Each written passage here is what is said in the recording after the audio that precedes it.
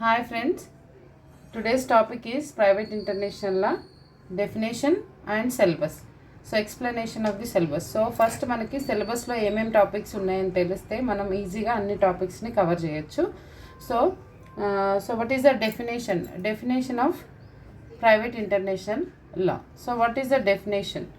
So దీన్ని conflicts of law అని కూడా అంటారు. Conflicts of law. So is a body of rules used by domestic courts to resolve civil disputes between the private individuals or entities. Private individuals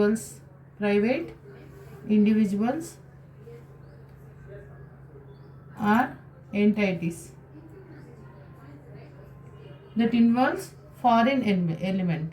that involves foreign element This is the main definition of private international law. So it determines which country courts have jurisdiction and which nation laws to apply and whether foreign judgments can be recognized or enforced. Here in private international law we have three main topics are there under. So we have to first see about the jurisdiction of the courts. Jurisdiction, and then which nation's law will apply on the case, which national law will apply. Next, foreign judgment.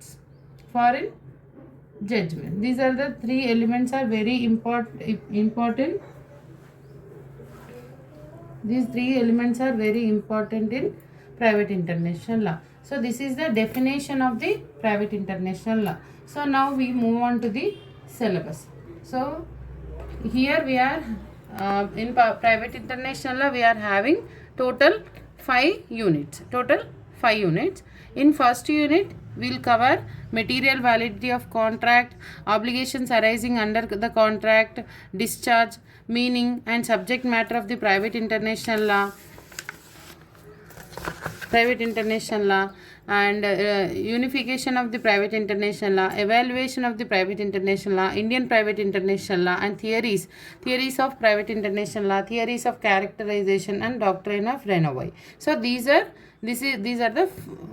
is the first unit. In this we are having topics on contracts, then unification and other doctrines and theories. These are important. In unit 2, application of foreign law as a question of fact, and English law, Indian law, exclusion of foreign law and public policy, foreign penal code, foreign revenue laws, domicile, meaning domicile of independent person, domicile of origin, domicile of choice, domicile of dependents, and jurisdiction of court. Here in unit 2 we are very important topic is domicile and foreign laws. These are application of foreign law. So these two topics are very important. And then in unit 3 we are having concept of marriage, validity of marriage, formal validity of marriage, English law as well as Indian law, and matrimonial causes and dissolution of marriage, grounds of divorce, recognition of foreign divorces, and nullity of marriage.